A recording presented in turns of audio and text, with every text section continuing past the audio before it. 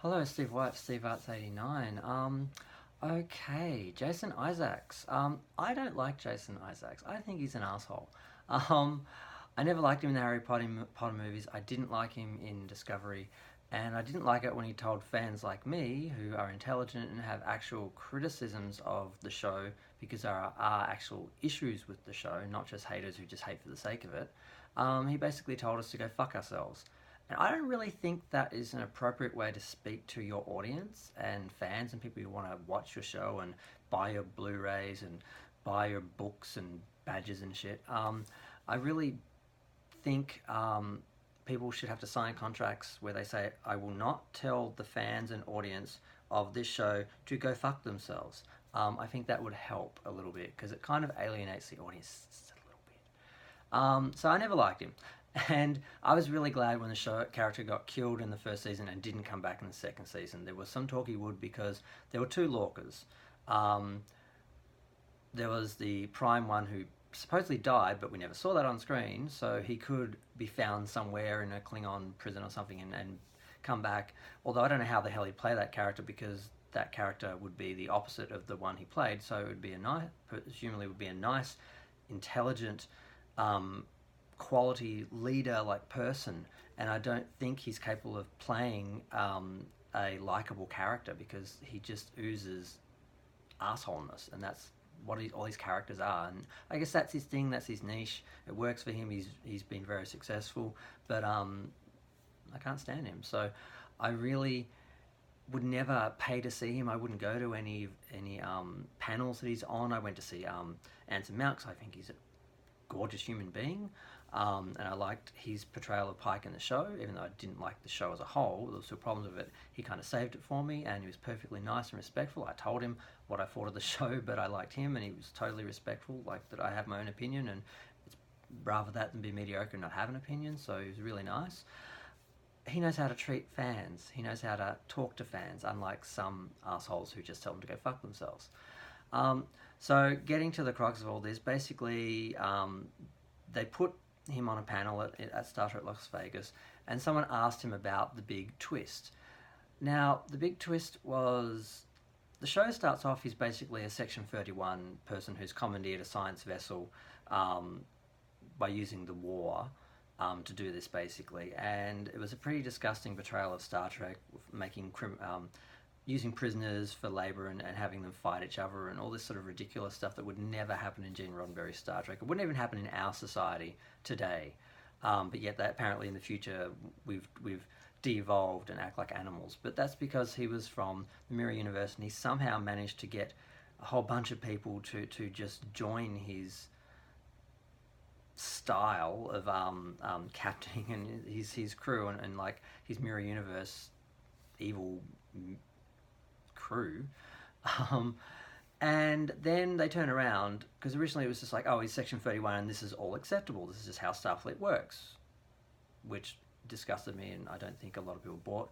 And then apparently he was from the Mirror Universe, and I thought, some people had said, and it did seem that they just changed that they started off, it was a Section 31 ship, and they said, well, we can't get away with a Section 31 ship without Captain acting like this in Starfleet. It's not how Starfleet would operate. So they made him Mirror Universe to explain it and to get out of that, and that made sense to me. I believe that.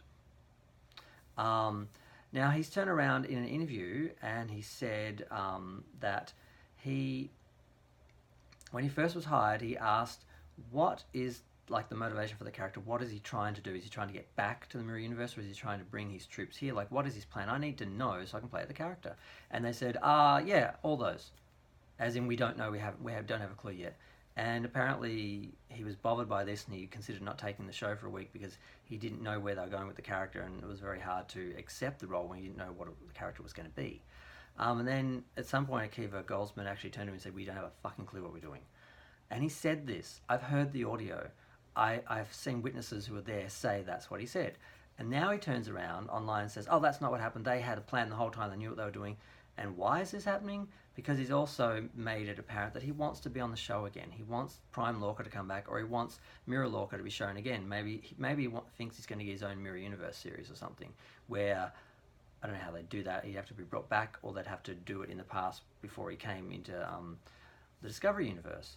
So clearly he's trying. Obviously, you don't want to piss off the producers who you want to hire you to work on your show.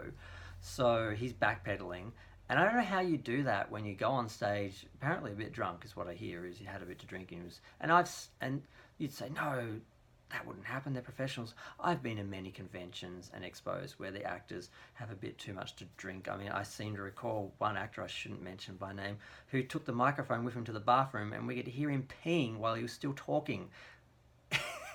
They do crazy shit because they're people and people do crazy shit. So the fact that he got on stage, maybe had a few drinks and just didn't give a fuck about what he was saying for a moment or two and said something he probably shouldn't have, and now he's backpedaling because he wants that producer to hire him and not hire him because he's basically said he didn't have a clue what he was doing when he hired him the first time, or what he was doing with the character when he approached him for it.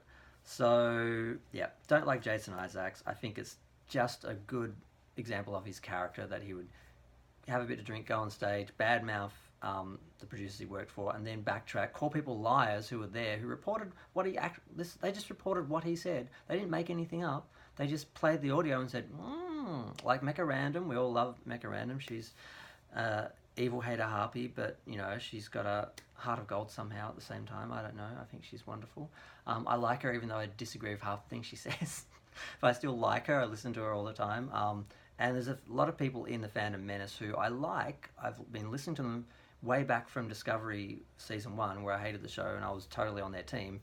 And then I got a bit disillusioned with them because a lot of the things they promised, like Kurtzman being fired, Season 3 of Discovery not happening, Discovery being cancelled at one point, none of this stuff came true. And I wanted it so bad. I believed in their rumours because I needed it and I wanted to believe in it, and I got sucked in. And then I've kind of turned on them a bit because I realised either they're kind of like me and they're just believing what they want to hear and saying what they want to be true, or they are hearing rumours and they're just choosing to believe the ones that they want, but then sort of putting it out there like it is legitimate and legitimizing it, which I got sucked into. So I resent them a little bit because they sort of fed me some little tasty treats that, you know, I never actually got to eat. They sort of dangled them and I didn't really get them. I was like, oh, I want that, and I didn't get it. So, yeah, so that's the thing with Jason Isaacs. He basically is a douche, and he douched all over himself. And I kind of hope Akiva says, yeah, nah,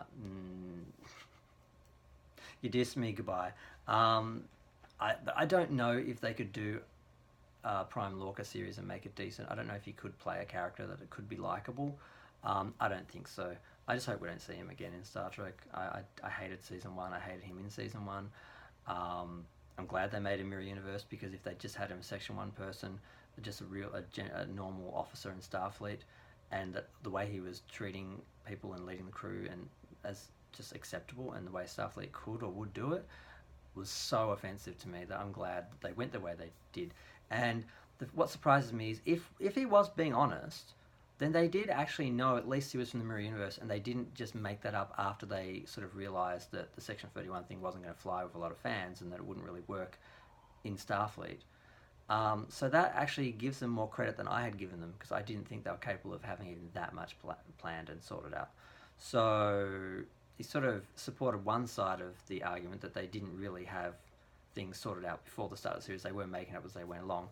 They did have more before they got started than I thought they did, at least thought about. So I guess I have to give them a little bit of credit, just like I have to acknowledge a lot of the stuff that I believed in were just rumours. So that's why I don't listen to the Phantom Menace as much.